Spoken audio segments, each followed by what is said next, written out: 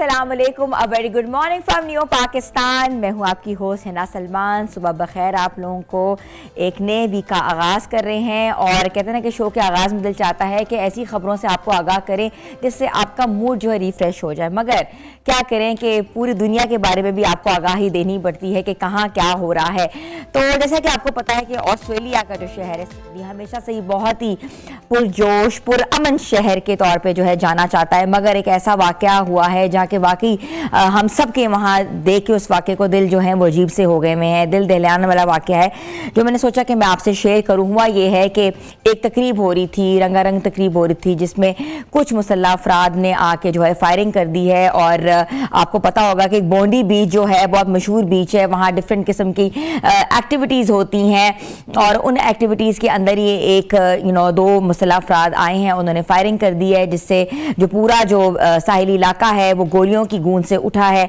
और ये कहा जा रहा है कि 12 अफराद जो हैं वो अपनी जान गंवा चुके हैं और काफ़ी जो है वो ज़ख्मी हैं। और अगर मैं आपको मज़ीद थोड़े स्टैट्स के बारे में बात करूँ तो पुलिस की जवाबी कार्रवाई हुई है, जिसमें से एक हमला आवर जो है वो हलाक हो गया, जबकि दूसरा जो है वो ज़ख्मी हालत में गिरफ्तार कर लिया गया है। और हमला आवर की गाड़ी से जो है धमाका खेज मवाद जो है वो भी बरामद हुआ है।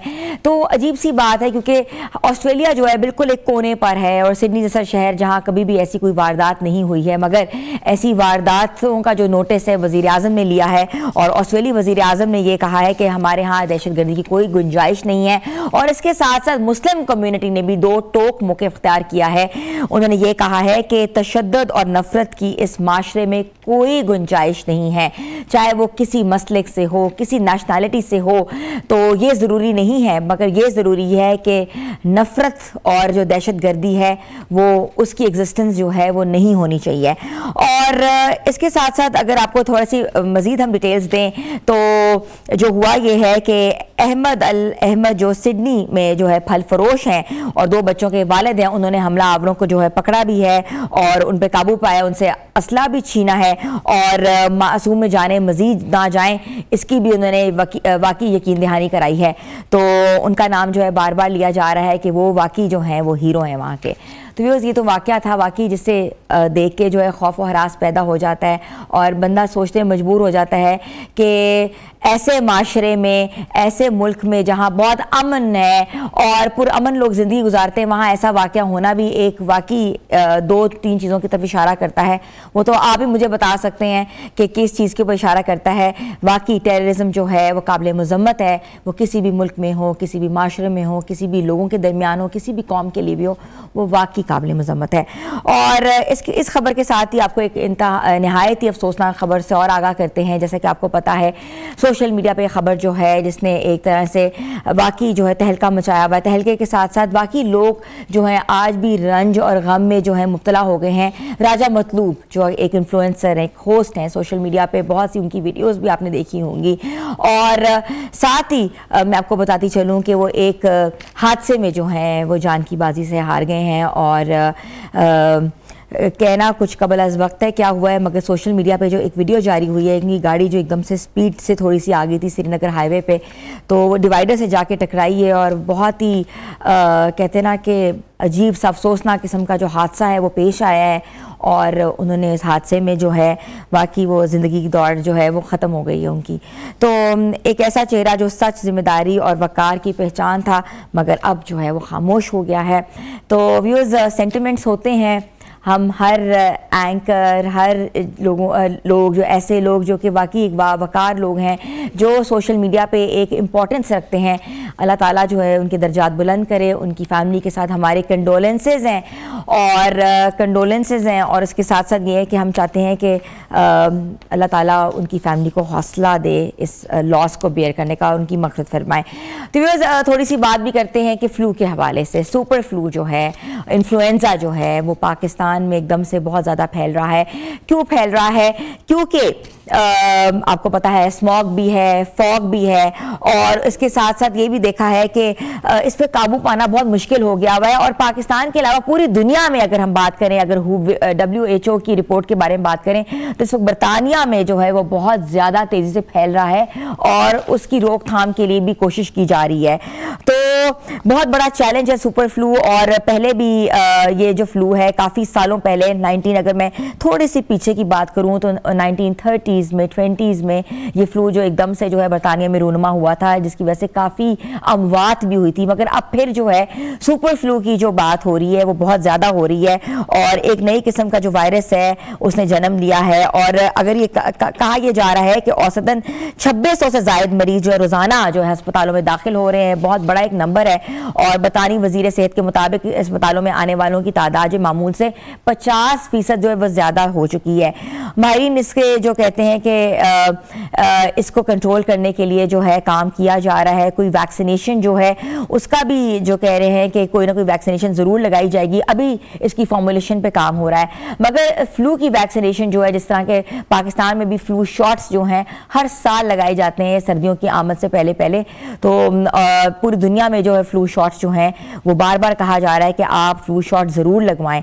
और WHO का ये भी कहना है कि अगरचे ये नई किस्म जो है वो ज़्यादा ख़तरनाक नहीं है, मगर इसका फैलाव मामूल से कहीं ज़्यादा है, जिसकी वजह से सेहत के निज़ाम पर जो है बुरे तरीके से दबाव बढ़ रहा है।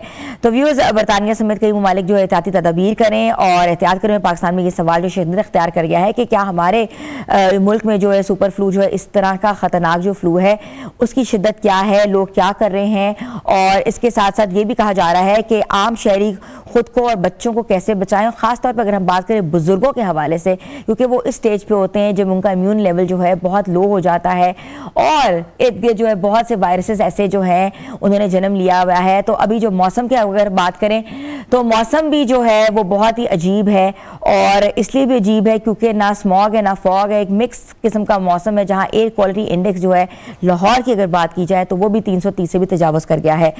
तो इस सूरत हाल पे हम बात करना चाहते हैं और बात भी करेंगे, और बात करने के लिए हमें ज्वाइन कर रही हैं पब्लिक हेल्थ एक्सपर्ट हैं डॉक्टर फलक वक्तार साहिबा, जिन्होंने हमें अमेरिका से वीडियो लिंक में ज्वाइन किया। मैं उनको शो में वेलकम करती हूँ। जी अस्सलाम वालेकुम।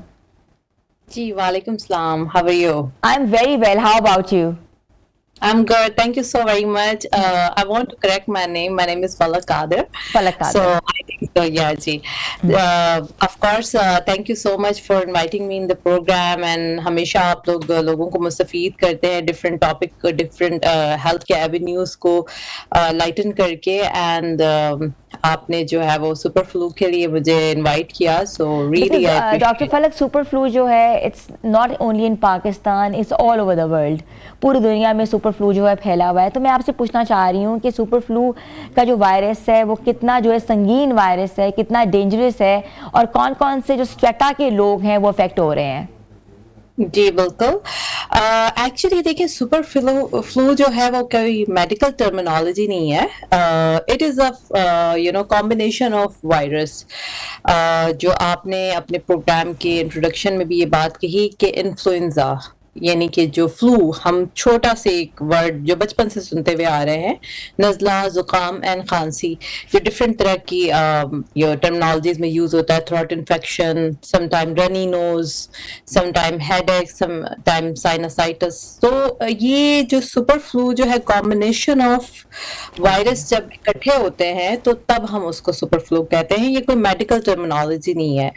और इसको जो, अगर मैं ये नहीं कह सकती हूँ कि जो H3N2 वायरस जो आजकल जिसका आउटब्रेक हुआ है, एंड बरतानिया के साथ साथ दूसरे ममालिक भी मुतासर हो रहे हैं, और पाकिस्तान के अंदर भी जो है वो अगर तादाद मरीजों की बढ़ती जा रही है तो उसका रीजन सिर्फ यही है, because of the winter people are more prone to infection. ठीक है। वायरस जो है वो सर्दियों में उसकी जो हम कहते हैं ना स्ट्रक्चर जो होता है, जो उसका कैप्सूल होता है, ये मोर जो है वो स्ट्रांग हो जाता है। सर्दियों में वायरस को किल करना बहुत मुश्किल हो जाता है, इसीलिए सर्दी में डिफरेंट जो इन्फ्लुएंजा वायरस होते हैं उनके आउटब्रेक्स होते हैं, and that is called as a super flu. And जो हम बरतानिया की बात करें तो it is H3N2 वायरस जो बहुत ज़्यादा कॉमन है, और जिसकी वजह से बड़ी उम्र के आपने अपने प्रोग्राम में भी बात की, बड़ी उम्र के लोग जिनकी कुव्वत मुदाफ़ियत कम है, जो इम्यूनो कॉम्प्रोमाइज हैं, जो प्रेग्नेंट खवातीन है, छोटे बच्चे हैं जो 5 साल से जिनकी उम्र कम है, वो बहुत ज़्यादा मुतासिर होते हैं। आमतौर पे ये एडल्ट को भी इफ़ेक्ट करता है, जिसमें 3 से 4 दिनों तक इसकी फीवर की जो शिद्दत है वो ज्यादा रहती है। बिल्कुल, आप बात सही कर रही हैं डॉक्टर फलक, लेकिन आपको जैसे कि पता है, थोड़ा सा अगर हम थोड़ी सी हिस्ट्री में जाएं तो बरतानिया में ये जो आउटब्रेक था ये पहले भी हुआ था इन्फ्लुएंजा के हवाले से, और हर कुछ सालों के बाद जो है आउटब्रेक होता है और एक नया वायरस आता है। तो क्या वजह है, क्या मौसम इज द मेन फैक्टर? जी बिल्कुल, combination of medicine, combination of diet, supplement. हम लोग जब भी वायरस को किल करने की कोशिश करते हैं, वैक्सीन बनाते हैं, तो वायरस जो है वो अपनी स्ट्रेंथ को, अपने स्ट्रक्चर को चेंज कर देता है। When ever the virus find out that के नाउ मेरे लिए कोई दवाई आ गई है, कोई वैक्सीन आ गई, तो अपने स्ट्रक्चर को जो है वो चेंज कर देता है और बॉडी जो है उसका इम्यून सिस्टम उसको रिकॉग्नाइज नहीं कर पाता है। ऑल द टाइम वायरस जो है वो अपनी स्ट्रेंथ को चेंज कर जाता है। इसी तरह जो कोविड था उसका आउटब्रेक बहुत पुराना था, बट इस बार जो आया था वो जो है स्ट्रेंथ चेंज करके आया था। So all the time virus change their strengths.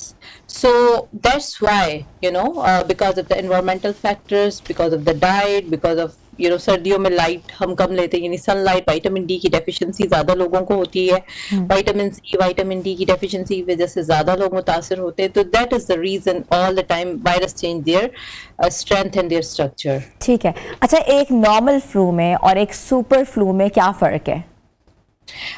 जी बिल्कुल, सब फ्लूज जितने भी आप कहें उसमें ऑलमोस्ट सिम्टम्स एक ही होते हैं, बट H3N2 बहुत ज़्यादा मुतासर करता है। समटाइम लोअर रिस्पिरेटरी इन्फेक्शन जो फ्लू होता है वो अपर रिस्पिरेटरी इन्फेक्शन, यानी कि जो है आपकी अपर जो आपका जो निज़ाम है रिस्पिरेटरी सांस लेने का, बिल्कुल जी। तो जो सुपर फ्लू H3N2 की आप बात करते हैं तो लोअर यानी लंग्स को मुतासर करता है, जिसकी वजह से निमोनिया होने के चांसेस बहुत ज्यादा होते हैं, ब्रोंकाइटिस होने के चांसेस ज्यादा होते हैं, और SOB like shortness of breath होने के चांसेस बहुत ज्यादा होते हैं। इसकी वजह से लोगों को हॉस्पिटलाइज होना पड़ता है, जबकि आम फ्लू में आप रिकवर हो जाते हैं बहुत जल्दी, पैरासिटामोल लेते हैं, एसिटामिनोफेन लेते हैं and then you good to go. But sometime this type of viruses causes complication, और mortality भी हो सकती है, यानी डेथ भी हो सकती है। ठीक है, अच्छा, नॉर्मली हमने देखा है जब ऐसा मौसम आता है, खासतौर पर सर्दियों की बात करें हम, तो फ्लू शॉट्स लगाए जाते हैं, पूरी दुनिया में फ्लू शॉट्स लगाए जाते हैं, इवन अगर हम ट्रैवल कर रहे हों तो फ्लू शॉट्स लगाए जाते हैं। तो आप क्या समझती हैं, इट्स एन अवेयरनेस कि फ्लू शॉट्स लगवाने चाहिए? अगर लगवाने चाहिए तो किस एज की ब्रैकेट को लगवाने चाहिए? That's an amazing question. Thank you so much question के लिए, क्योंकि as a public health expert हमेशा मैं प्रिवेंशन के ऊपर बात करती हूँ, and flu shots is the cause like के जो प्रिवेंशन का मोड है, और आपको जो है वो शदीद बीमारी को शदीद मुतासर करने से बचाता है। तो shots are the vaccination, they always give you protection, and I will always recommend कि आप फ्लू शॉट्स लगाएं। और जिस आपने कहा किस कैटेगरी के लोगों जिनको कॉमोर्बिडिटी ज्यादा है, लाइक हाइपरटेंशन, डायबिटीज, वो लोग जिनकी उम्र 50 साल से ज्यादा है, जो प्रेग्नेंट खवातीन हैं, जो छोटे बच्चे हैं, इन सब को जो है जो वल्नरेबल ग्रुप पॉपुलेशन में आते हैं उनको लाजमी है, ऑल्दो के सब लोग लगा सकते हैं, सबको। अच्छा, प्रेग्नेंट खवातीन जो हैं वो भी लगवा सकती हैं, इज इट सेफ? या ऑफ कोर्स इट्स सेफ। ठीक है, it's safe to get the shots, but उसके ट्राइमेस्टर्स को आप अपनी गायनाकोलॉजिस्ट से बात करके, क्योंकि आपके ट्राइमेस्टर्स होते हैं, because I am not the gynae, but आप talk to your gynaecologist if you are suffering from sort of disorder जिससे आपकी जान को खतरा है, तो आप अपनी गायनाकोलॉजिस्ट से बात करके और उसके ऊपर मजीद आप जो है रिसर्च करके कर सकते हैं, but it's all about the trimester. ठीक है, तो डॉक्टर फलक मुझे एक बात बताइएगा कि अलामात कैसे पता लग सकती हैं कि हमें सुपर फ्लू है या हमें नॉर्मल फ्लू है? बिकॉज सिम्टम्स जो होते हैं ना वो मैटर करते हैं, how we can rule out? जी बिल्कुल, एक्चुअली जो सिम्टम्स हैं उसमें ये है कि जो फीवर है उसकी इंटेंसिटी बहुत ज़्यादा होगी, इसके अलावा नौजिया, वॉमिटिंग, जो मतली आना इसमें ज़्यादा होता है, चक्कर आना। और नॉर्मल फ्लू में ज़्यादातर ये होता है कि बहुत लो ग्रेड फीवर होता है, 1 से 3 दिन के दरमियान फीवर की जो शिद्दत होती है वो कम हो जाती है। बट ये जो आप सुपर फ्लू की बात कर रही हैं, इसमें जो है वो शिद्दत का दौरानिया ज़्यादा होता है, फीवर की जो स्पाइक होती है वो बहुत ज़्यादा होती है, और उसके अलावा नकाहत, और सम टाइम जिन लोगों को ऑलरेडी कोई सांस का प्रॉब्लम है, एस्मा है, या फिर कोई उनको lower respiratory lung related disease है, तो उनको जो है वो बहुत ज़्यादा मुतासिर करता है। ठीक है। और मुझे ये बताइएगा कि मेडिकेशन के हवाले से आप क्या सजेस्ट करेंगी, नॉर्मली क्या मेडिकेशन लेनी चाहिए? आजकल आपको पता है इनहेलर्स भी मौजूद हैं, पीपल आर ऑन इनहेलर्स, और इसके साथ साथ जो है आपके समझती नेबुलाइज जो कराते हैं लोग, क्या वो सही है? जी बिल्कुल, नेबुलाइजेशन बहुत अच्छा एक रेमेडी है, बिकॉज़ जो इन्फेक्शन होते हैं उसमें आपको जो आपकी सांस की जो ब्रोंक्यूल्स होते हैं, या जो आप बहुत आसान अल्फाज में जो पैसेज होता है वो सिकुड़ जाता है। तो जब आप नेबुलाइज करते हैं तो they are more prone to get more oxygen. तो नेबुलाइजेशन जो बहुत अच्छा पाथवे है। इसके साथ साथ जो है आप इनहेलर्स की बात करी हैं, तो वो भी एज़मा के पेशेंट्स के लिए रेकमेंडेड होता है, बट हर फ्लू जो मुतासर शख्स है उसको हम रेकमेंड नहीं कर सकते। It's depend on the symptom.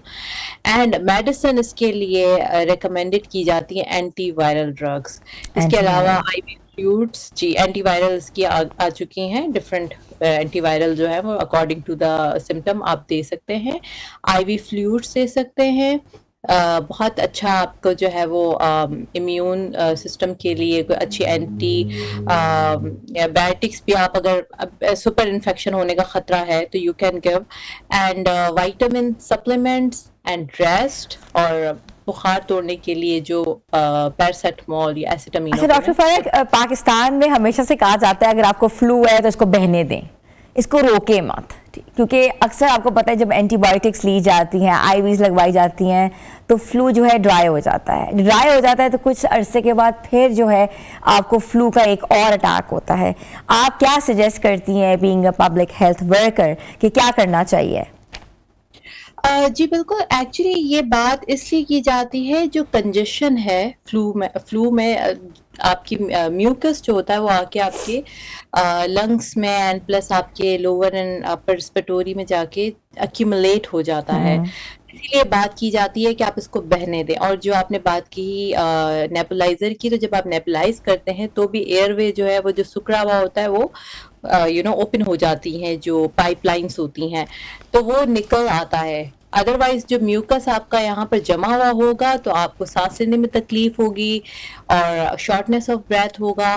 तो इट इज़ अ गुड कि फ्लू को जितना हो सकता है म्यूकस को ड्रेन आउट करना चाहिए। तो it is a good suggestion, the medical it's proven कि आप जब अपने फ्लू को, अपने म्यूकस को ड्रेन आउट करते हैं तो आपका जो पाइपलाइंस होती है वो क्लीन हो जाती हैं, खुल जाती हैं। अच्छा, पाकिस्तान में अगर ये आउटब्रेक हो जाए, जैसे ये बरतानिया में आउटब्रेक हो गया है और काफ़ी लोग जो है मुतासर हो रहे हैं, तो पाकिस्तान को क्या स्ट्रैटेजी अपनानी चाहिए? बिकॉज़ आपको पता है कि यहाँ जो हैं हॉस्पिटल्स में ओवर लाइक अगर फैसिलिटीज़ हैं मगर इस तरह नहीं है कि हर तीसरा या दूसरा बंदा जो है फ्लू का शिकार हो जाए। बिल्कुल, एक्चुअली आपने जिस तरह कोविड में देखा है कि हमने जो स्ट्रेटजीज अपनाई हैं वही हमें जो है वो स्ट्रेटजीज पर फोकस करना होगा प्राइमोडियल लेवल पर, यानी कि आप बहुत अपर सतह पर जो है वो आप इमरजेंसी आउटब्रेक के बारे में लोगों को आगाही दे, मीडिया के थ्रू मास्क जो है वो आप इस्तेमाल उसका बढ़ाएं। हाथ धोना बहुत ज़रूरी है क्योंकि सर्दियों में जो है वो अगेन मैंने कहा कि बहुत सारे लोगों को फ्लू होता है, सुपर इन्फेक्शन होने के चांसेस होते हैं, तो बार बार अपने हाथों को क्लीन करना बहुत ज़रूरी है।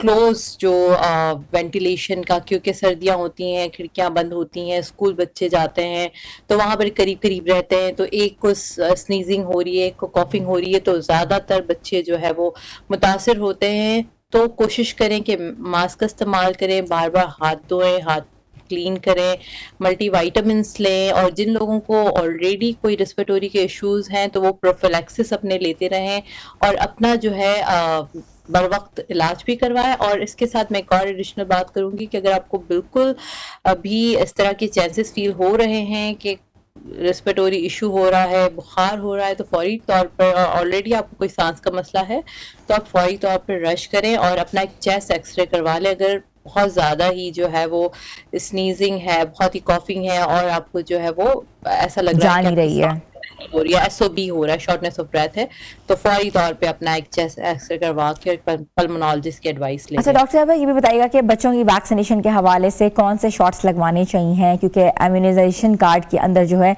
कुछ लोग जो हैं प्रॉपरली वैक्सीनेशन नहीं लगवाते, तो इनकी वैक्सीनेशन कौन कौन सी टाइप्स की हैं फ्लू से रिलेटेड? फ्लू से रिलेटेड डिफरेंट तरह की हैं, H1N1। कुछ फ्लू की जो वैक्सीन की मैं बात करूं तो H1N1 है, H3N2 है, इट्सेल्फ इन्फ्लुएंजा है, जिसमें एक वैक्सीन जो होती है उसमें मोस्टली वो जितनी भी स्ट्रेंथ होती है बूस्टर शॉट्स होते हैं, बूस्टर शॉट्स होते हैं और डिफरेंट कैटेगरी के वायरस को के अगेंस्ट बनाई जाती है। तो जो भी बच्चों की आपकी 5 साल तक जो भी मीजल की प्लस उसके साथ साथ जो वैक्सीन उसमें H1N1 और इन्फ्लुएंजा की भी वैक्सीन लगवा लें, और ये बहुत अच्छी वैक्सीन है, इससे कोई भी जो है वो इसका डिसएडवांटेज नहीं है, कोई भी इसकी नुकसान नहीं है। ठीक है। अच्छा मुझे डॉक्टर फलक ये बताइएगा कि जिस तरह कोविड को हमने बहुत सीरियस लिया था, it was a serious concern and you know there was lot of modalities, तो क्या हमें सुपर फ्लू को भी इतना सीरियस लेना चाहिए? जी बिल्कुल। हम उस सूरत में इस बात को कर सकते हैं कि अगर आपके पास बहुत ज़्यादा रेस्पिरेटरी के ऑलरेडी पेशेंट मौजूद है और पाकिस्तान में बहुत ज़्यादा जो एस्थमा, COPD, निमोनिया के पेशेंट मौजूद होते हैं, आमतौर पर भी लोगों को लंग्स के इश्यूज रहते हैं, तो हमेशा सीरियस लेना चाहिए इस तरह की जो आई मीन टू से नॉट एज के पैनिक सिचुएशन में, लाइक अब जो स्ट्रेटजीज होती हैं प्रिवेंशन की, जो स्ट्रेटजीज है उसको फोकस करना ज़रूरी है, आगाही बहुत ज़रूरी है, मास्क का इस्तेमाल बहुत ज़रूरी है, हाथों को क्लीन करना बहुत ज़रूरी है, वैक्सीनेशन करवाना बहुत ज़्यादा ज़रूरी है और बर वक्त इलाज करवाना बहुत ज़्यादा ज़रूरी है। तो इसके लिए जो है वो उसको सीरियस लेना ज़रूरी है। ठीक है, थैंक यू सो मच। हमारे साथ मौजूद थी डॉक्टर फलक कादिर साहिबा, जैसे पब्लिक हेल्थ एक्सपर्ट हैं, उन्होंने आज डिटेल जो है उसमें बताया है कि सुपर फ्लू के कॉजेज़ क्या हैं, इफ़ेक्ट्स क्या हैं, और अगर ये पाकिस्तान में आउटब्रेक हो जाता है तो क्या क्या करना चाहिए। वैक्सीनेशन के ऊपर हम बार बार बात करें, व्यूअर्स, हम आपको बार बार आगाह करें कि प्लीज़ अपनी वैक्सीनेशन पूरी कराएं, ख़ास तौर पे बच्चों को, और जो बच्चे जो भी पैदा हो रहे हैं उनको भी, और जो बच्चे जो हैं with the age of 12 to 15 years हैं उनको भी फ्लू शॉट ज़रूर लगवाएं। फ्लू शॉट्स बहुत ज़रूरी है, क्योंकि आप अगर कहीं ट्रैवल कर रहे हैं, आपने अपनी फ्लू शॉट्स नहीं करवाए तो वो आपको वाकई एयरपोर्ट पर पूछेंगे कि आपने करवाए हैं, क्योंकि कुछ कंट्रीज़ ऐसे हैं जहाँ जो है ये सुपर फ्लू जो है वो आउटब्रेक हो चुका है और उससे जो है बहुत बुरे जो है अफेक्ट हो रहे हैं। ख़ास तौर पे बुज़ुर्गों की बात करें और बच्चों की बात करें, और ऐसे लोग जो कि रेस्पिरेटरी डिज़ीज़ के साथ जो है, जिनको लंग्स के इशू हैं, जिनको अस्थमा के इशू हैं, उन पे भी जो है बहुत कहते हैं ना कि नेगेटिव जो है इम्पैक्ट क्रिएट हो रहा है।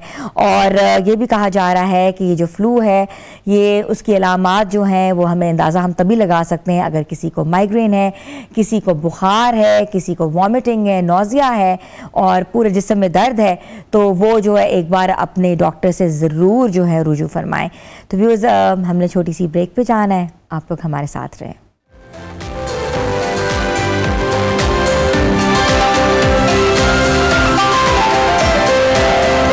वेलकम बैक व्यूअर्स, आज हम आपको हीरोज़ ऑफ पाकिस्तान से मिलवाते हैं, और वो कोई नहीं है बल्कि हमारे अपने नुमाइंदा न्यू न्यूज़ गिलगित से हैं, और उनका नाम है मुबारक हुसैन आज़ाद साहब, जिन्हें कहते हैं ना कि कराकोरम इंटरनेशनल यूनिवर्सिटी में बामे जो फिल्म फेस्टिवल का जो इनकाद होता है, इंटरनेशनल फिल्म फेस्टिवल है, उन्हें उनकी ज़बरदस्त रिपोर्टिंग के ऊपर तीसरा अवार्ड उन्होंने हासिल किया है और बहुत बड़ी कंट्रीब्यूशन है। और उनकी कंट्रीब्यूशन थी climate changes, environmental conservation, cultural heritage, sustainable agriculture and the stories of the mountains. उन्होंने क्लाइमेट के ऊपर एक ज़बरदस्त किस्म की रिपोर्ट बनाई है जो कि रिलेटेड थी इंटरनेशनल माउंटेन डे के हवाले से, जो कि फिल्म फेस्टिवल हुआ था। और अभी हम उनसे जानने की कोशिश करते हैं कि उनकी जो कंट्रीब्यूशन है वो कितनी इंपॉर्टेंट थी और उनकी कंट्रीब्यूशन से जो है क्या चेंजेस आए हैं, और जो hidden stories of the mountains होती हैं जो कि बहुत एक इम्पॉर्टेंस रखती हैं ख़ासतौर पे ग्लेशियर्स के हवाले से, पहाड़ों की खुराक के हवाले से और पहाड़ों की ज़िंदगी के हवाले से। वाकई क्या ज़िंदगी पहाड़ों पे एग्जिस्ट करती है, और इस ज़िंदगी को देखना, उसको महसूस करना, उसको उजागर करना और उसको कलम बंद करके जो है कैमरे में महफूज करना कितना मुश्किल काम है। तो हम वेलकम करते हैं मुबारक को। जी अस्सलाम वालेकुम। जी वालेकुम सलाम, बहुत बहुत शुक्रिया। मुबारक, आपको बहुत बहुत मुबारक हो न्यू न्यूज़ की तरफ से। आप न्यू न्यूज़ का एक बहुत बड़ा एक इम्पोर्टेंस रखते हैं, आपकी बहुत बड़ी कंट्रीब्यूशन है और हम लोग सब जो हैं बहुत प्राउड फील कर रहे हैं आज। हिना, सबसे पहले आपका शुक्रिया और आपकी पूरी टीम का शुक्रिया अदा करता हूँ। खासतौर पर ये जो अवार्ड है मैं अपनी पूरी टीम न्यू न्यूज़ के नाम करता हूँ। इसमें मेरे अपनी ज़ाती मेहनत समेत हमारी पूरी टीम के कंट्रीब्यूशन की वजह से आज हम इस मकाम पे पहुंचे हैं। यहाँ पे हमें रिकॉग्नाइज किया गया क्लाइमेट चेंज के हवाले से जो रिपोर्टिंग न्यू न्यूज़ ने की थी, बल्कि ग्लेशियर्स तक पहुंच के न्यू न्यूज़ ने लम्हा बलहमा अपने नाज़रीन को आगाह किया था। खास तौर पर जो पिछला फ्लड हुआ पाकिस्तान के अंदर क्लाइमेट चेंज की वजह से जो मुश्किलात हुई, वहाँ पर जो बेहतरीन रिपोर्टिंग थी उसको सराहा गया। और बानो दुनिया फिल्म फेस्टिवल जो कि नॉर्थ रीजन का सबसे बड़ा फिल्म फेस्टिवल होता है, इसमें मीडिया की कैटेगरी में जो है वो न्यू न्यूज़ की कारकर्दगी को सराहते हुए अवार्ड से नवाजा गया। तो मैं इस अवार्ड को जो है वो खुसूसी तौर पर हमारे जो OSR हेड हैं अल्लाह बख्श साहब और उनको और उनकी पूरी टीम और खास तौर पर न्यू न्यूज़ के नाम करता हूँ, जिसकी वजह से आज मुझे रिकॉग्नाइज किया गया और न्यू न्यूज़ की कारकर्दगी को उसको सराहा गया। बिल्कुल ऐसा ही है, बहुत खूब। अच्छा, मुझे ये भी बताइएगा मुबारक कि आपकी जो रिपोर्टिंग थी आपने किस पहलू को उजागर किया था, कौन सा ह्यूमन एंगल दिखाया था और किस बेस के ऊपर जो है वो आपने अवार्ड हासिल किया है? जी देखिए ना, गिलगित बल्तिस्तान हम एक ऐसे रीजन में है, ये इलाका बहुत बैकवर्ड इलाका है और खासतौर पर यहाँ पे इस वक्त भी मैं यहाँ पे खड़ा हूँ तो मैं इंटरनेट की तलाश में छत में खड़ा हूँ। यहाँ मेरा कम आप देख सकते हैं, बहुत ही खूबसूरत सीनरीज हैं, माउंटेन्स हैं। तो गिलगित बल्तिस्तान में यहाँ पे रिपोर्टिंग करना काफी चैलेंजिंग होता है और खासतौर पर मैंने कोशिश की थी या न्यू न्यूज़ ने कोशिश की थी कि हम ऐसे इशूज को, ऐसे पहलू को उजागर करें जो इस वक्त पूरी दुनिया को दरपेश है। और खासतौर पर क्लाइमेट चेंज, मौसमाती तब्दीली जो है वो भयानक हकीकत बनकर हमारे सामने आ गई है, जिससे जो है वो सैकड़ों जाने गई है। गिलगित बल्तिस्तान में अरबों का नुकसान हुआ है, तो हमने कोशिश की थी कि जो इससे नुकसानात हुए या जो इससे खतरा हैं इसको उजागर करें। क्लाइमेट चेंज के हवाले से हमने रिपोर्टिंग की थी, जिसको जो है वो इंटरनेशनल माउंटेन डे 11 सितंबर को मनाया जाता है दुनिया भर में। इसमें जो है वो फिल्म फेस्टिवल का इनेकाद होता है WWF के ज़ेर ताउन से और दीगर जो इदारे हैं गिलगित बल्तिस्तान में मुख्तलिफ सरकारी और गैर सरकारी इदारों के इश्तराक से ये फेस्टिवल होता है और ये बहुत बड़ा फेस्टिवल होता है, जिसमें जो है वो फिल्म्स पेश करते हैं। यहाँ के जो मकामी फिल्म साज हैं वो फिल्में बनाते हैं और इस फेस्टिवल में पेश की जाती है। मुबारक, आप हमारे साथ ही रहे। हम छोटी सी ब्रेक पे जा रहे हैं, ब्रेक के बाद आकर हम आपसे तब से पूछेंगे आपकी रिपोर्ट के हवाले से और आपकी कंट्रीब्यूशन के हवाले से भी। छोटी सी ब्रेक पे जा रहे हैं, हमारे साथ रहें।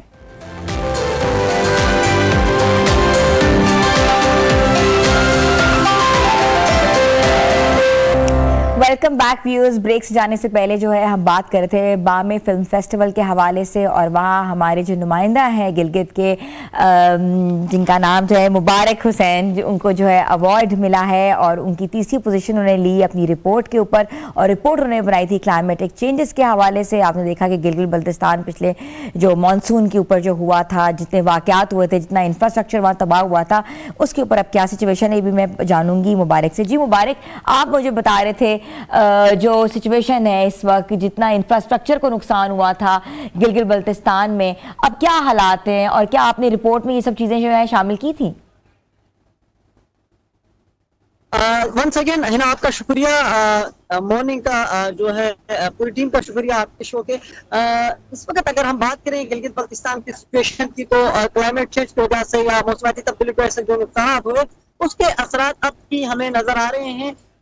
गिलगित बल्तिस्तान के मुख्तलिफ इलाकों में इस वक्त भी जो है वो जो मुतासरीन है, सैलाब मुतासरीन, वो गैयारों मददगार बैठे हुए हैं टेंटों पे। इस वक्त सख्त सर्दी है गिलगित बल्तिस्तान में, दर्जा है वो नुक्ता अंजुमात से नीचे गिर गया है।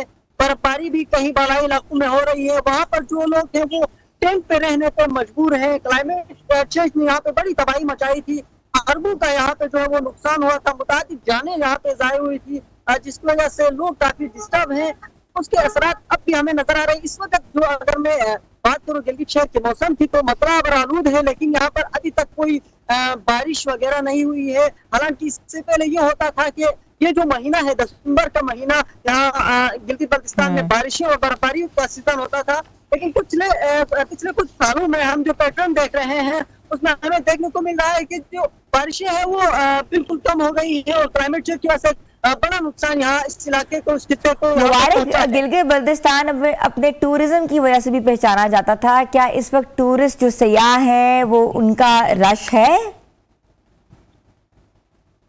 हिना, अगर हम बात करें टूरिज्म के हवाले से, तो क्लाइमेट चेंज ने यहाँ पे मुख्तलिफ इंडस्ट्रीज को नुकसान पहुंचा है, वहाँ पे टूरिज्म को भी बहुत बड़ा नुकसान पहुंचा है। जिस तरह से जो टूरिस्ट की गाड़ियां फंसी, बाबूसर टाप में जो एक्सीडेंट हुआ, वहाँ पे जो है वो इंसिडेंट की वजह से काफी जाने भी जाया हो गई। और उसके बाद अब जो सर्दियों का सीजन हुआ है, यहाँ पे टूरिस्ट ना होने के बराबर होते हैं ओवरऑल। लेकिन इस साल हम देख रहे हैं कि कुछ लोग आ रहे हैं, खासतौर पर खज़ा का मौसम यहाँ पे होता है, तो खज़ा के मौसम में हमने देखा गैर मुल्की सयाहों की एक बड़ी तादाद गिलगित बल्तिस्तान की हसीन वादियों में मौजूद थी। इतने बड़े डिजास्टर होने के बावजूद भी इस खूबसूरती को देखने के लिए लोग आते हैं। सर्दियों में भी अब कोशिश कर रहे हैं विंटर टूरिज्म के नाम से। गिलगित बल्तिस्तान की गवर्नमेंट जो है वो टूरिज्म डिपार्टमेंट और दीगर जो इदारे हैं वो कोशिश में है कि यहाँ पे टूरिस्ट आए, विंटर टूरिज्म को प्रमोट करें। इस हवाले से यहाँ पे विंटर टूरिज्म फेस्टिवल्स होते हैं, दीगर तकरीबात होती हैं जिससे टूरिस्ट को अट्रैक्ट किया जाता है। लेकिन अब जो अगर हम मार्केट में बात करें टूरिस्ट के हवाले से, तो ना होने के बराबर है। होटलें वैरान पड़ी हुई हैं, बिजली का एक बड़ा मसला है यहाँ पे। लोड तकरीबन 20 से 22 घंटे इस वक्त इस खित्ते में जो है वो लोड शेडिंग है, जिसकी वजह से टूरिस्ट और जो होटल इंडस्ट्री वो बिल्कुल। बहुत बहुत शुक्रिया मुबारक हुसैन आज़ाद, नुमाइंदा नियो न्यूज़ गिलगित बल्तिस्तान, हमें रिपोर्ट भी कर रहे थे और उन्होंने तीसरी पोजीशन हासिल की है बामे दुनिया फिल्म फेस्टिवल में। अपनी रिपोर्टिंग के हवाले से मीडिया कैटेगरी में उन्होंने क्लाइमेट चेंज के ऊपर जो रिपोर्ट दी है उसको सराहा गया है, ना सिर्फ सराहा गया है बल्कि उनको अवार्ड भी दिया गया है। तो व्यूअर्स, बात यह है कि गिलगित बल्तिस्तान की अगर हम सिचुएशन के बारे में बात करें तो इनका इंफ्रास्ट्रक्चर बुरी तरीके से मुतासर हुआ है। जहाँ जो सयाह हैं अभी तक नहीं जा रहे, जहाँ विंटर फेस्टिवल्स हुआ करते थे वो भी अब उनका इनकाद नहीं किया जा रहा। और ये भी कहा जा रहा है कि 22-22 घंटे की लोड शेडिंग है, जो कि वाकई अब हुकूमत और इदारों को देखना चाहिए कि वहाँ वापस बहाली का काम किया जाए। छोटी सी ब्रेक पे जा रहे हैं, आप लोग हमारे साथ रहें।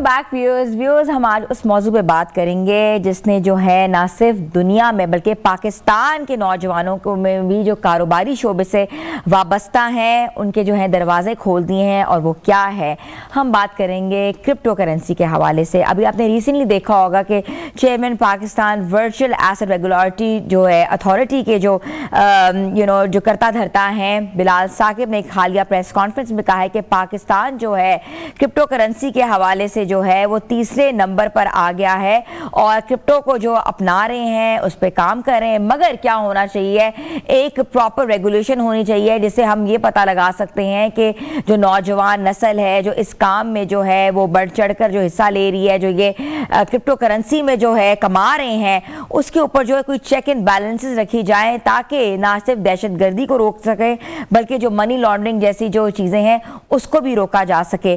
तो आज हम कंप्लीट डिटेल डिटेल एनालिसिस भी करेंगे क्रिप्टो करेंसी है क्या, बायहैंस क्या है, बीकेटी क्या है, और इसको अपनाने के लिए जो नौजवान नस्ल है वो क्यों इतनी आगे लगी हुई है, और ये पैशन है या प्रोफेशन है, इसको हम पैशन के तौर पे ले सकते हैं एज अ साइड बिजनेस या प्रोफेशनली इसको अपना सकते हैं, कौन कौन से इसमें जो है मंजिल है जो है हमने तय करनी है, किस चीज़ को हमने इसकी आगाही लेनी है, और क्या इसकी प्रॉपर जो है एजुकेशन भी है।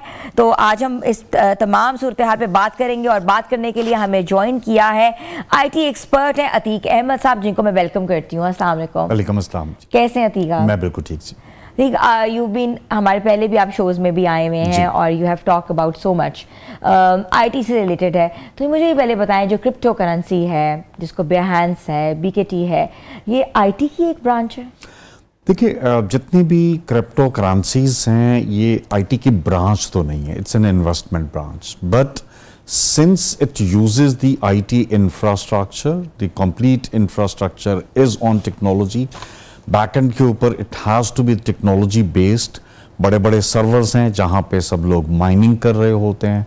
हर वो कंपनी जो अपना एक कॉइन, जैसे बिटकॉइन बहुत पॉपुलर हुआ या बाइनेंस अभी बहुत पॉपुलर है, तो इसके बैकएंड के ऊपर सारे का सारा एक टेक्नोलॉजी का इंफ्रास्ट्रक्चर है। सो वो इंफ्रास्ट्रक्चर की वजह से हम जो IT के लोग हैं हम उसको देखते रहते हैं कि what is going on, what is going good and what is going bad. So dependencies बहुत सारी टेक्नोलॉजी बेस्ड हैं। सो दैट इज वाई कि अभी पॉपुलर होने के बावजूद तमाम लोगों की आसान रीच में अभी तक नहीं है। ठीक है। अच्छा, ये जो अभी एक रेगुलेटरी की प्रेस कॉन्फ्रेंस हुई है आपने पता है, और बिलाल साकिब साहब जो हैं इसकी total he is looking after the entire thing, तो पाकिस्तान जो है वो तीसरे नंबर पर आ गया है क्रिप्टो को अपनाने में, या क्रिप्टो के ऊपर जो काम हो रहा है। तो is it good, is it bad, और हमें क्या फ़ायदा होगा? ओके, इस प्रेस कॉन्फ्रेंस के हवाले से ना दो अलग अलग चीज़ें हैं। The one thing is very good which is के एक फर्स्ट स्टेप लिया है पाकिस्तान ने towards regulating the cryptocurrency. As on today, State Bank of Pakistan, Government of Pakistan does not recognize crypto as the legal tender.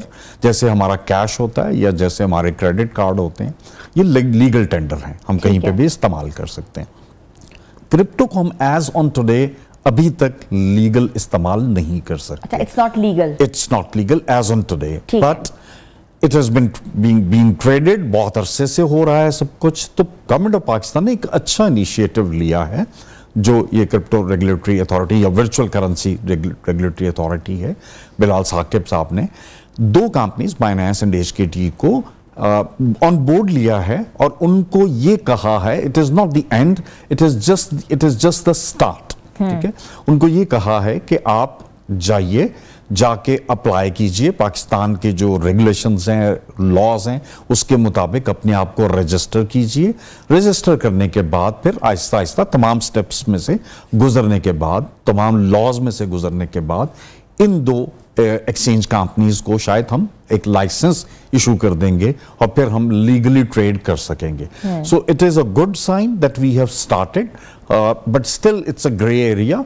पहले तो बिल्कुल black था, अब ग्रे हो गया है, तो वाइट होने में का जो प्रोसेस है वो शुरू हो गया है। अच्छा, इसमें ऑब्वियसली कोई टैक्सेशन भी होगी जी, बहुत सारा कुछ। रेगुलेटरी अथॉरिटी जो बीच में आ गई है, रेगुलर इसको कर रहे हैं लोगों के लिए, तो इसमें कोई टैक्सेशन का भी अमल होगा? जी बिल्कुल, वो सब कुछ अब स्टेट बैंक और गवर्नमेंट के इदारे और ये रेगुलेटरी अथॉरिटी मिलके इसके फ्रेमवर्क एक पूरा बनाएंगे। इट्स अ फ्रेमवर्क जो पूरा बनेगा, और फिर मुख्तलिफ कंपनीज, इट्स लाइक जिस तरह मनी एक्सचेंज आप देखते हैं, तो मनी एक्सचेंज वाले लोगों को एक लाइसेंस लेना पड़ता है, और उसके पीछे उसकी बहुत सारी छानबीन होती है, company registration and all that. तो उसी तरह से क्रिप्टो के लिए ये कंपनीज जो है अपने आप को रजिस्टर करेंगी, इनकी छानबीन होगी, पाकिस्तान के लॉज के मुताबिक इनको अपने आप को रजिस्टर करना पड़ेगा, क्योंकि ये इंटरनेशनल कंपनीज हैं। तो ultimately probably it is just the first step, पहली ईंट हमने लगा दी है टुवर्ड्स दैट। अच्छा, दूसरा पार्ट आपका था जो थर्ड पोजीशन वाला, इसको हम थोड़ा सा मिस इंटरप्रेट कर रहे हैं। Okay. हम उसको बहुत ज्यादा खुशी में एकदम से चले जाते हैं। इट इज नॉट कि पाकिस्तान के बहुत सारे लोग क्रिप्टो में एक्सचेंज करते करते और पाकिस्तान को तीसरे नंबर पे ले आए हैं, it is not like that. हम इतनी बड़ी इकोनॉमी नहीं है। ये मुख्तलिफ कंपनीज हैं जो डेटा एनालिसिस करती हैं, जिसमें से एक जैसे chain analysis of the crypto data analysis board है, वो इंडिपेंडेंट एक बोर्ड है, वो एनालिसिस करता है। तो उन्होंने ये कहा है कि पाकिस्तान में जो पर कैपिटा यानी जितने लोग इसमें ट्रेड कर रहे हैं और जितने लोग हमारे पास मौजूद हैं, उनका पर कैपिटा जो रेट है वो एक अच्छा इंप्रूवमेंट है ग्रोइंग कंट्रीज में से, तो उसमें हमारा एक नंबर है which is good sign. But still lots of things needs to be done. पहले तो ये 2 कंपनीज जो हैं ये रजिस्टर होंगी और फिर आहिस्ता आहिस्ता शायद और लोग भी आ जाएंगे। अच्छा, ये भी कहा जा रहा है कि पाकिस्तान में तकरीबन 3 से 4 करोड़ जो अफराद हैं डिजिटल असासे इस्तेमाल कर चुके हैं, तो इसके भी कोई जवाब और कानून थे या ये सारा जो है ये इलीगल हुआ है जो हुआ है?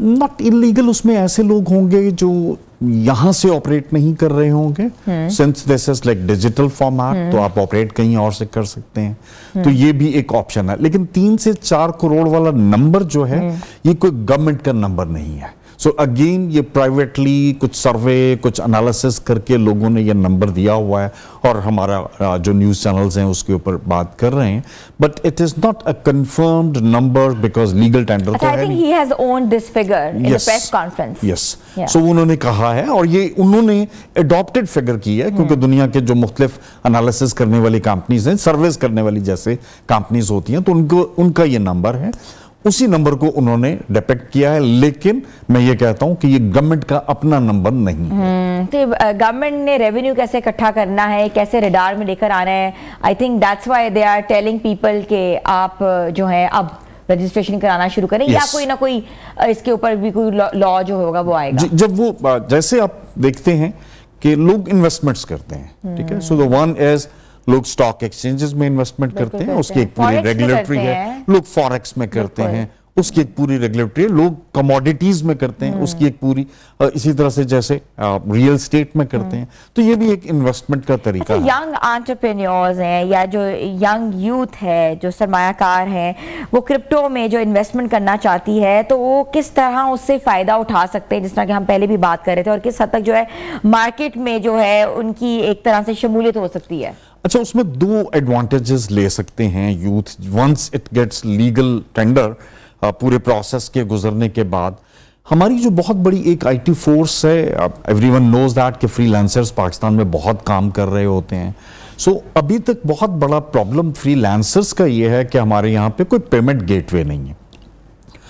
उन्होंने अगर बाहर की दुनिया के लिए काम किया है तो उसको पेमेंट लेने का तरीका नहीं है, या तो वो बाहर कोई अकाउंट खोलते, पेपैल नहीं है एंड ऑल दैट। सो जब ये चीजें आ जाएंगी, जब क्रिप्टो आ जाएगी, so they can trade in the cryptos as well, because बाहर की दुनिया खासतौर पे वेस्टर्न वर्ल्ड या अमेरिकन वर्ल्ड की companies they are on the crypto, वहां पे लीगल टेंडर है, तो वहां से आप पेमेंट अपनी क्रिप्टो से क्रिप्टो में कन्वर्ट कर सकेंगे and then you can use it. So that's the one of the biggest advantages जो हमारी आईटी वर्कफोर्स ले सकती है, young entrepreneur. It's not only the IT workforce, it's any young any individual who is working abroad, he wants to get his payment, right away. हम बहुत सारी services दे रहे हैं, तो कोई भी सर्विस प्रोवाइडर जो है वो इस तरह से अपनी जो बहुत अच्छा एक पॉइंट रेज किया है, क्योंकि ये प्रॉब्लम तो हर किसी को है। जो बंदा बाहर काम करता है उसको पेमेंट का सबसे बड़ा मसला होता है, फिर वो इलीगल वेज ढूंढ रहा होता है, हुंडी का तरीका है और भी बहुत से तरीके हैं जिससे वो ढूंढ रहा होता है, जिसमें लोगों ने वहां पे अपने भाई बहन दोस्तों रिश्तेदारों के यहाँ पे वहां पे पेपॉल अकाउंट बनवाए होते हैं,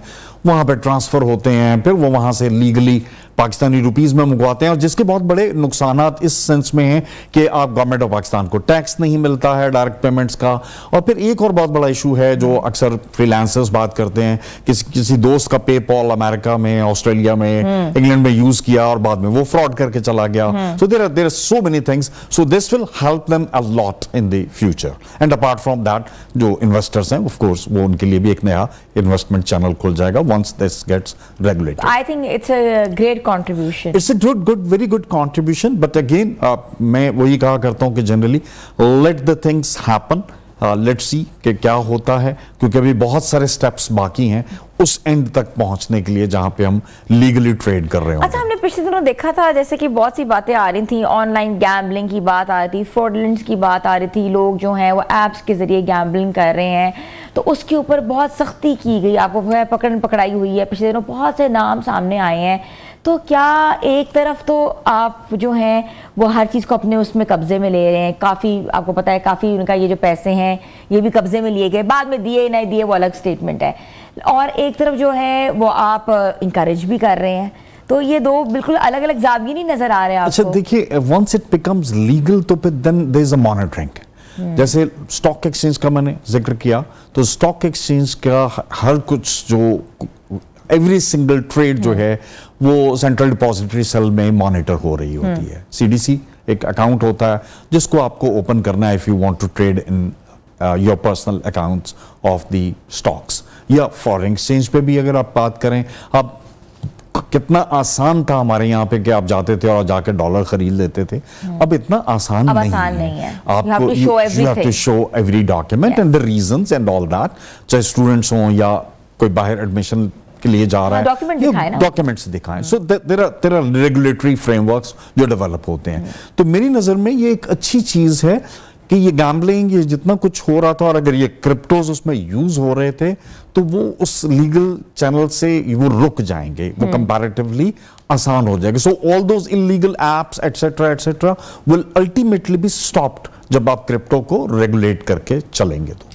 अच्छा अतीक, आप ये मुझे बताइएगा कि डिजिटल इन्वेस्टमेंट्स होती हैं हमारी, हम उनको कैसे महफूज कर सकते हैं? There is a lot of hacking going on. और आपको मैं अपना रिसेंटली किस्सा सुनाती हूँ कि मैंने अपना कार्ड स्वैप किया कनाडा में और मैं पाकिस्तान आ गई और मुझे एक मैसेज आया दैट सम इतने यूरोज आपके ना स्वैप हो गए हैं। अब ऑब्वियसली एक इतना बड़ी दुनिया, इतना बड़ा मुल्क, वहाँ तो ऐसा चीज़ें हो ही नहीं सकती। आप अपना जो कार्ड होता है वो बड़ा आपका एक primarily it's very important you use that card because हर वक्त आपका करेंसी जो है वो कैरी ऑन नहीं करते। तो मेरे साथ हुआ, मैंने रिपोर्ट की, after 8-9 months the entire process I got my money back. Still मेरा जो बैंक था वो इंटरनेशनल बैंक था, लेकिन लोग कैसे चीज़ों को महफूज कर सकते हैं? हर दूसरे दिन आपने देखा है हैकिंग्स हो जाती हैं, लोगों के पूरे अमाउंट्स उड़ जाते हैं, और डिजिटल फ्रॉड तो है हर दूसरे दिन आपने देखा है हो रहे हैं। क्या करना चाहिए? अच्छा, इसमें it probably could be a complete program on this information security. हम सब लोग हुआ ये कि बहुत तेजी से मूव कर गए टुवर्ड्स द डिजिटल वर्ल्ड। आप देखिए, अपने इर्द गिर्द देखिए, आपके घर में आने वाली मेड जो है वो मोबाइल फोन यूज कर रही होती है, मैसेजेस कर रही है, व्हाट्सएप यूज करते हैं, एंड एवरी सिंगल पर्सन जो हमारे यहाँ पे इर्द गिर्द है वो डिजिटल वर्ल्ड के साथ कनेक्टेड है। Be it the social media, be it the banking, और be it to emails etcetera, depend करता है हम में से हर शख्स अलग अलग लेवल पे उसको यूज कर रहा है, बगैर देखे हुए, बगैर समझे हुए। और फिर पाकिस्तान में हम खास तौर पे, मैं इसके ऊपर बहुत बड़ा एडवोकेट हूँ कि कोई नई ऐप आती है, हम उसको डाउनलोड करते हैं, उसका जिक्र सुनते हैं, डाउनलोड करते हैं, उसके नीचे लिखा होता है टर्म्स एंड कंडीशंस, और हम बगैर पढ़े हुए आई एग्री के ऊपर क्लिक करते हैं और आगे चल पड़ते हैं। You would agree to that, won't accept the cookies as well. ठीक है। So yes, so we need to look into कि ये उनकी टर्म्स एंड कंडीशंस क्या हैं, क्या वो मुझे सूट करती हैं या नहीं सूट करती हैं।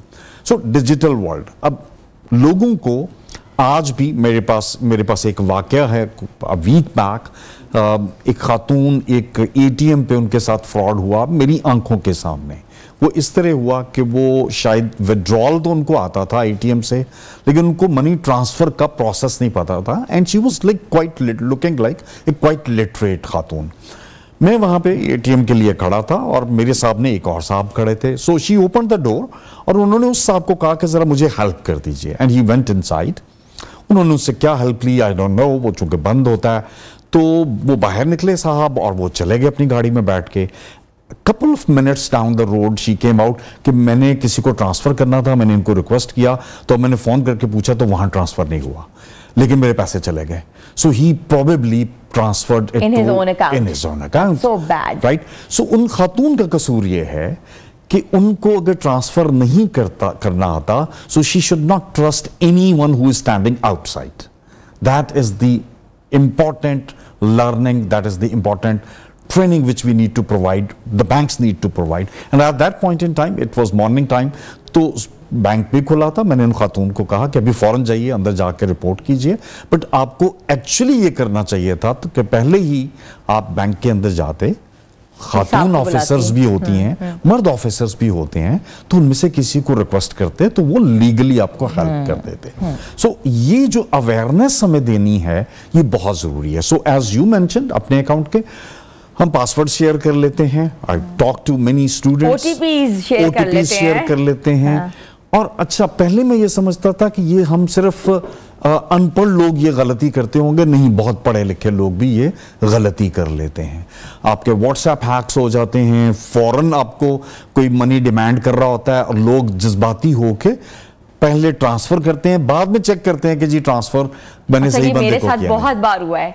मेरे पास 3-4 नाम, एक नाम से मैंने गलत ट्रांसफर कर दिया. बट अब मैंने जाके ये भी नहीं पूछा मैंने गलत ट्रांसफर कर दिया. He will give me back और समथिंग स्मॉलर अमाउंट लाइक 5,000 7,000. हम लोग रोज की ट्रांजैक्शंस कर रहे होते हैं. तो ऐसा हुआ है. जी, ऐसा होता है. और मैं तो बल्कि ये कहता हूं कि लोगों को अब ये अवेयरनेस देने की भी जरूरत है कि किसी पब्लिक प्लेस के ऊपर अपने जो अकाउंट्स हैं उनको इस तरह से, मतलब यहाँ पे अगर मैं बैठा हुआ और आपका इंटरनेट चल रहा है तो इस इंटरनेट से अगर मैं बैंकिंग करूंगा तो उसके खतरात मौजूद हैं. Because internet is a public domain.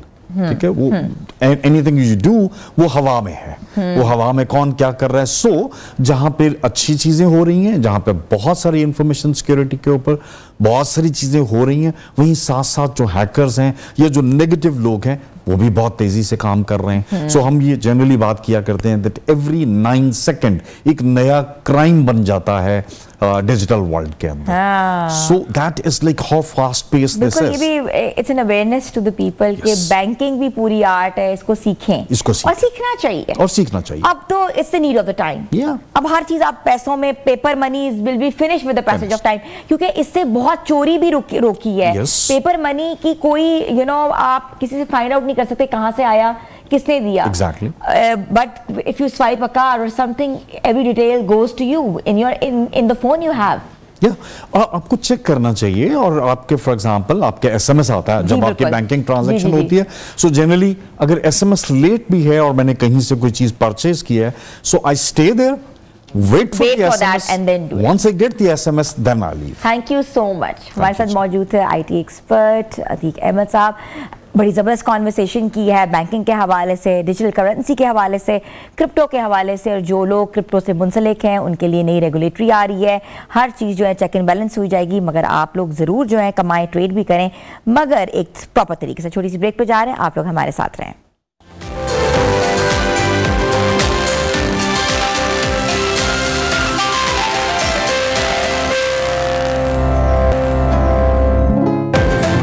के अंदाज़े करूं पे वो आना दिल का, उनके अंदाज़े करूं पे वो आना दिल का, उनके अंदाज़े करूं उन पे वो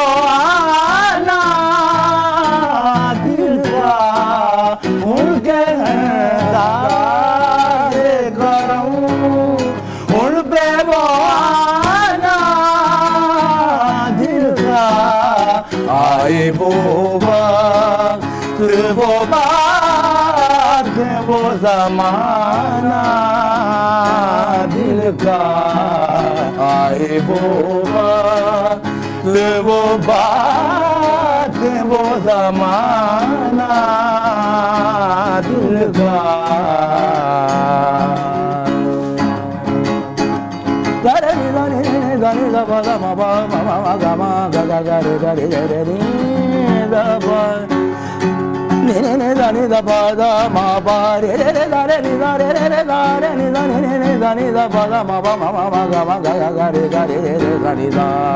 आई वो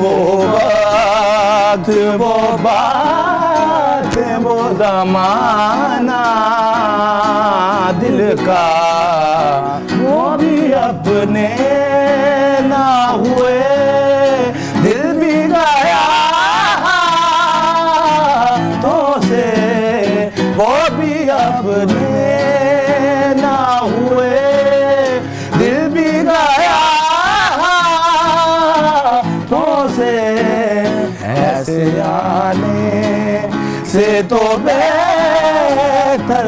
तराना दिल का, ऐसे यारे से तो बेदर्द तराना दिल का।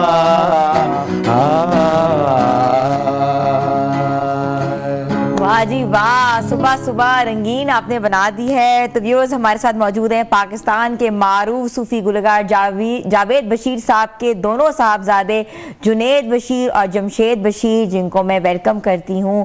और अगर हम थोड़ी सी इनके घराने के ऊपर बात करें तो नाला घराना से ताल्लुक़ रखते हैं। आपने इनकी लेगेसी देखी है, अपने फादर की लेगेसी लेके आगे चल रहे हैं। और जावेद बशीर साहब ने जो है बहुत नाम कमाया है पूरे सब कॉन्टिनेंट में, क्या पूरी दुनिया में उनका नाम है, उनकी मिसाल सब कोई देते हैं।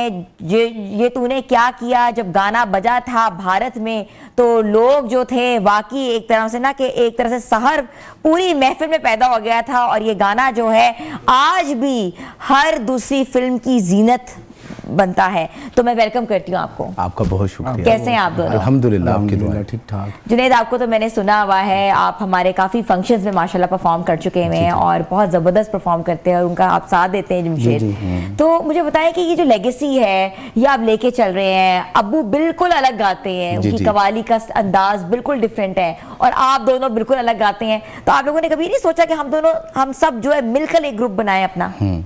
वो आपकी बात बिल्कुल ठीक आप बात कर रहे हैं, मगर आपको पता है कि अगर इंसान अपने बाप के जूती में पाँव डाल के कहे ना कि मैं उसी लेवल पे चला जाऊंगा, तो ये कभी नहीं हो सकता।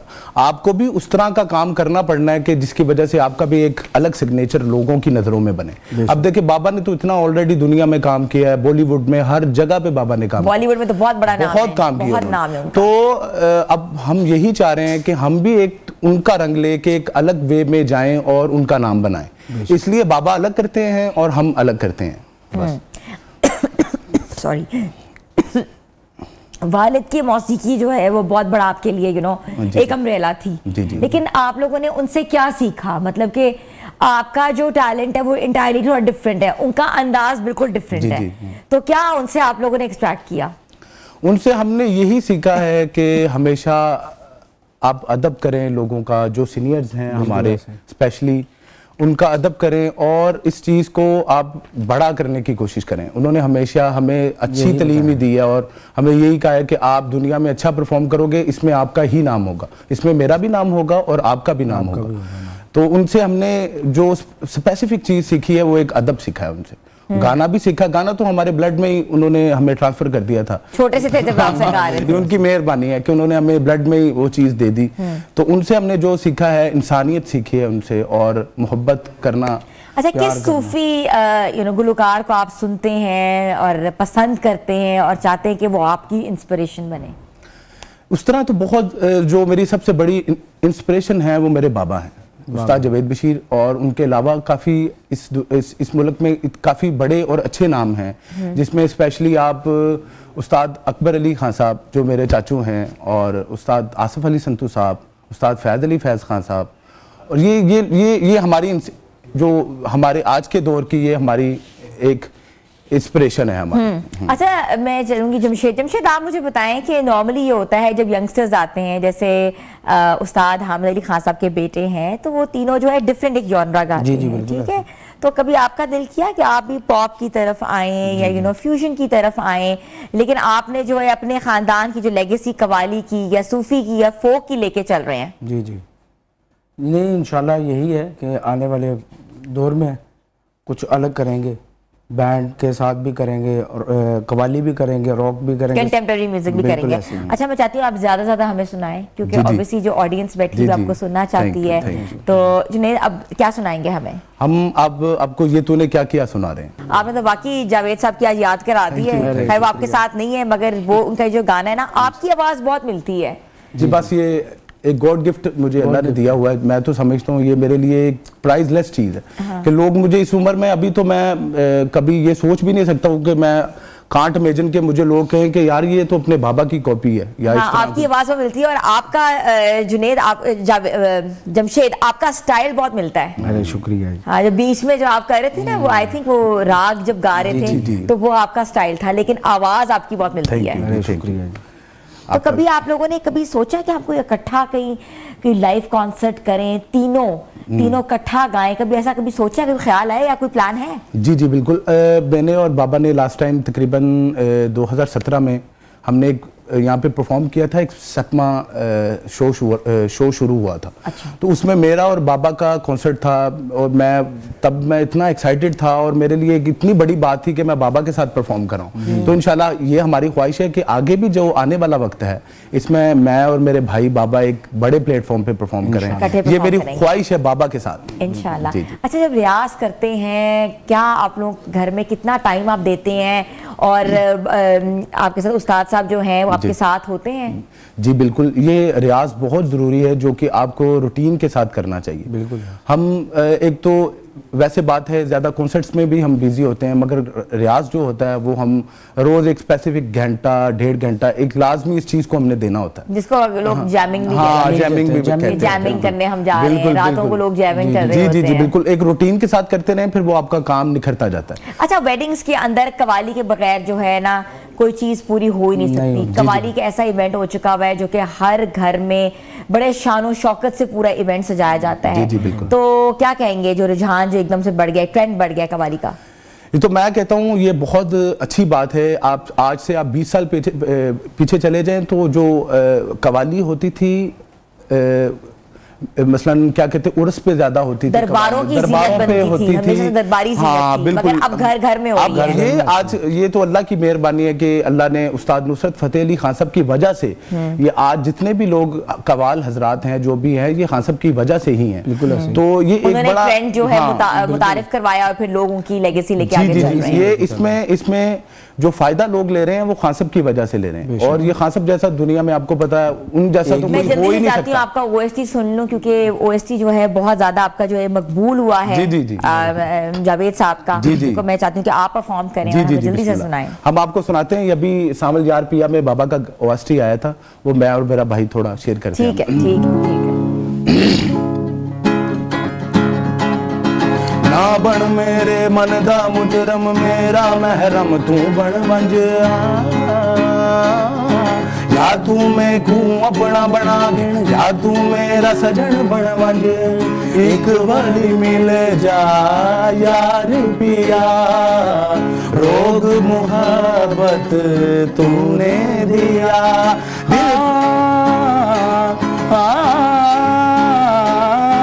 दिल को तोड़ के जाना था जो दिल को दिल से लगाया क्यों तुझे बिछड़ कर जाना था मुझसे मिलने आया रंग रेज मेरे मुझे रंग लगा मुझे रोग लगा देश का तेरे प्यार की मैंने तस्वीर बढ़ी मुझे खौफ नहीं है जग का रंग रेज मेरे रंग रेज मेरे रंग रेज मेरे रंग रेज मेरे दानी दानी दानी दानी दानी दाबा बादा मामा मामा मागा मागा गा रे गा रे रे नी गा बादा मामा मामा मागा मागा गा रे गा रे रे गा रे जा रंग रेज मेरे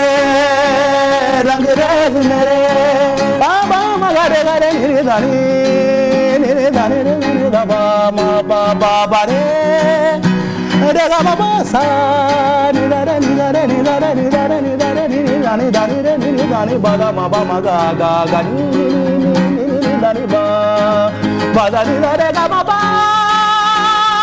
मा रे गा रे नी दा रे नी दा दानी दा बादा मा बा मा गा मा बा नी दा नी दानी दा बा रंग रेज मेरे रंग रेज मेरे रंग रेज मेरे रंग रेज मेरे कुछ तो भरम रख मेरी वफा का तन्हा से छोड़ के जा